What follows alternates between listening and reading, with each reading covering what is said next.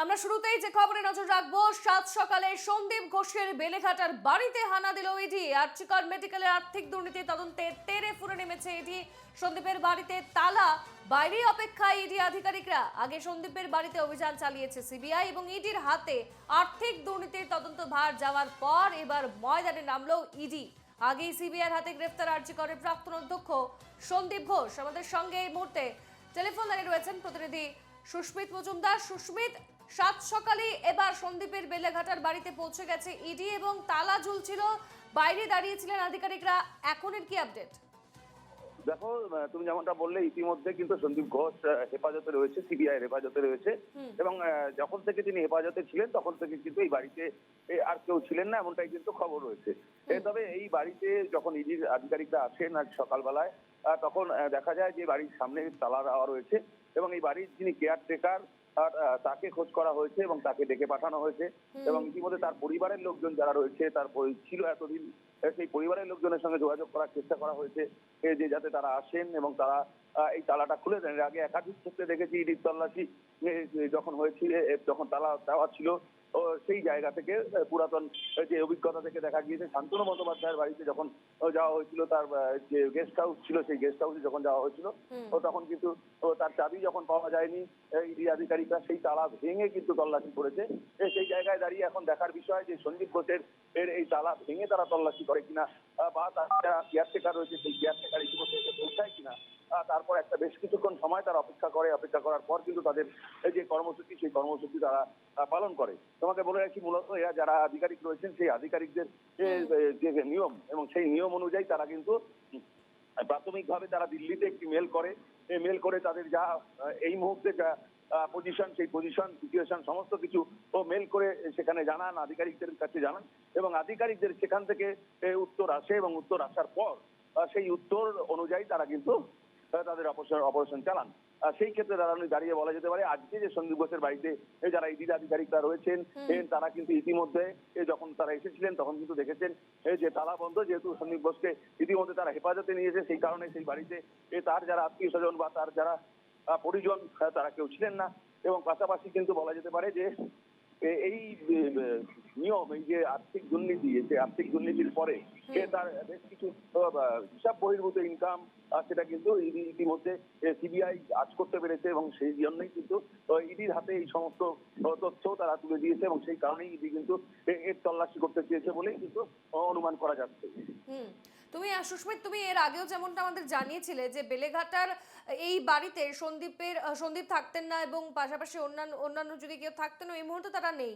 তবে যে কেয়ারটেকারকে ইতিমধ্যে পাঠানো হয়েছে, তার পাশাপাশি সন্দীপ ঘোষকেও ফের একবার এই বাড়িতে নিয়ে আসা হতে পারে, কারণ তার যে সমস্ত নথি বা যে সমস্ত ডিভাইস রয়েছে তার লক প্যাটার্নস গুলো করার জন্য প্রয়োজন হতে পারে সন্দীপ ঘোষের। একেবারে যেটা সূত্রের খবর, যেটা জানা গিয়েছে ইতিমধ্যে, শুধু তাই নয়, যেহেতু তোমাকে থামাচ্ছি এই মুহূর্তে আমাদের সঙ্গে টেলিফোন লাইনে রয়েছেন বিজেপি নেতা সজল ঘোষ। সজল বাবু, প্রথমে আপনাকে স্বাগত। এবার সাত সকালে সন্দীপের বেলেঘাটার বাড়িতে পৌঁছে গিয়েছে ইডির আধিকারিকরা, কি বলবেন? ইডিকেও স্বাগত, আপনারা যেমন আমায় স্বাগত জানাচ্ছেন সেরকম আমিও এবং বাংলার মানুষ ইডিকেও স্বাগত জানাচ্ছেন। একটু অপেক্ষা করুন, আস্তে আস্তে বেনাকাপ হবে।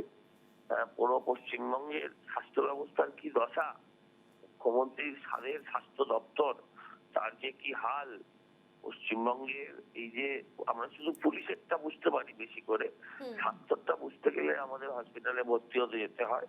কিন্তু স্বাস্থ্য দপ্তরের ভেতরটা যে এইভাবে ঘুম ধরা না, এইভাবে পচে যাওয়া, দুর্গন্ধময় হয়ে যাওয়া, সেটা সত্যিই যদি এই ধরনের ঘটনা না ঘটতো তাহলে হয়তো একটা বড় বিষয় করে সামনে আসতো না।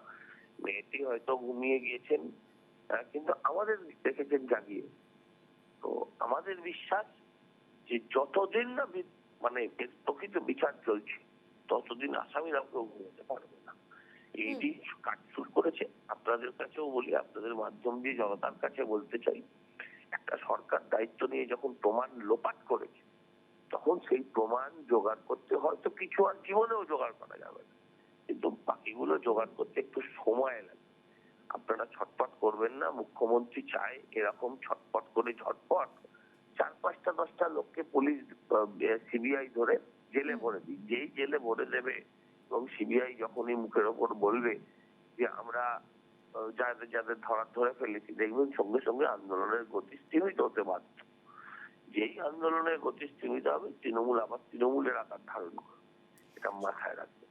হ্যাঁ তাই আমি সজলবাবু, হ্যাঁ অনুরোধ করি। অন্যদিকে সন্দীপ ঘোষ ঘনিষ্ঠ বিপ্লব সিং এর সাকরেলের বাড়িতেও ইডির আধিকারিকরা পৌঁছে গিয়েছেন।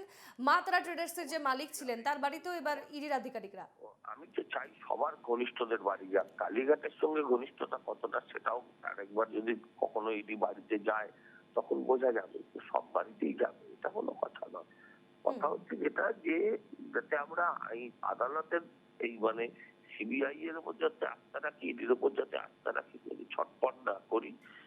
তৃণমূল চায় 2-5টা লোককে ধরে ঢুকিয়ে দিক, পরে কিন্তু প্রমাণের অভাবে যখন খালাস পেয়ে যাবে তখন এই তৃণমূলের কিছু যারা মুখপাত্র আছে, যারা সারাদিন টিভির সামনে বকবক করেন, তারাই আবার বলবেন যে দেখেছেন সাকসেস রেট কত খারাপ, তখন তারা সাকসেস রেট তুলবে। অতএব একটা সরকার দায়িত্ব নিয়ে প্রমাণ লোপাট করেছে, সময় লাগবে সেই প্রমাণগুলোকে আবার রিস্টোর করতে। কিছু হয়তো চিরকালে কখনো জোগাড় করা যাবে না, কিন্তু কানুন সবুজ মানতে হয়। আপনার মুখের কথা, আপনার মনের ইচ্ছায় রেজাল্ট হবে না ওখানে। অনেক ধন্যবাদ সজল বাবু আমাদের সঙ্গে কথা বলার জন্য। কথা বললাম বিজেপি নেতা সজল ঘোষের সঙ্গে। আবারও যাবো সুস্মিতের কাছে। সুস্মিত, তুমি যেমনটা জানাচ্ছিলে যে 7 সকালে সন্দীপের বেলেঘাটার বাড়িতে পৌঁছে গিয়েছে ইডির আধিকারিকরা এবং আজ এই বাড়িতে সন্দীপকেও আনা যেতে হতে পারে। দেখো, একেবারেই যেমনটা তুমি বললে যে এই মুহূর্তে যেহেতু বাড়িতে কেউ নেই, তার বাড়িতে তালা মারা রয়েছে এবং তার যে কেয়ারটেকার, সেই কেয়ারটেকারকে ইতিমধ্যে ডেকে পাঠানো হয়েছে, তাকে খোঁজ দেওয়া হয়েছে এবং তারপর শুধু তাই নয়, তার যারা আত্মীয় পরিজন রয়েছে সেই আত্মীয় পরিজন তাদের কাছেও কিন্তু খোঁজ নেওয়া হয়েছে এবং এরপরে পরবর্তীকালে যেমনটা জানা গিয়েছে যে সন্দীপ ঘোষকেও কিন্তু নিয়ে আসা হতে পারে। তার কারণ এখানে কিন্তু বেশ কিছু কম্পিউটার বা ইলেকট্রনিক ডিভাইস রয়েছে, যে ইলেকট্রনিক ডিভাইসগুলোর পাসওয়ার্ড সেগুলো সঞ্জীব ঘোষ ছাড়া অন্য কেউ জানে না। তারা কিন্তু ইতিমধ্যে সিবিআই সেগুলোকে ব্রেক করতে পারলেও ইডির হাতে সেই সমস্ত তথ্য কিছুই নেই। সেই কারণে যেহেতু ইডি এখানে আজকে তথ্য তালাশ করতে এসেছে, সেই কারণে তাকে নিয়ে আসা হতে পারে। বা যদি ক্যাশ টাকা সেখানে থেকে থাকে, সেই ক্যাশ টাকার উৎস কি, এটা হিসাব বহির্ভূত ইনকাম কিনা, বা এই যে তছরূপ, যে হাসপাতাল চত্বরে যে তছরূপ হয়েছিল সেই বিষয়ের সঙ্গে এর কোনো যোগাযোগ হয়েছে কিনা, বা তার সম্পত্তির যে খতিয়ান অর্থাৎ যে দলিল দস্তাবেজ আছে সেগুলো কিভাবে কেনা হয়েছিল, কোথা থেকে কেনা হয়েছিল, কত দামে কেনা হয়েছিল, হিসাব দিয়ে পাঠানো। সেই কারণেই কিন্তু আজকে 7 সকালে ইডির আধিকারিকরা সঞ্জীব ঘোষের বাড়িতে, বেলেঘাটার বাড়িতে এসে পৌঁছায়। বেশ, ধন্যবাদ সুস্মিত।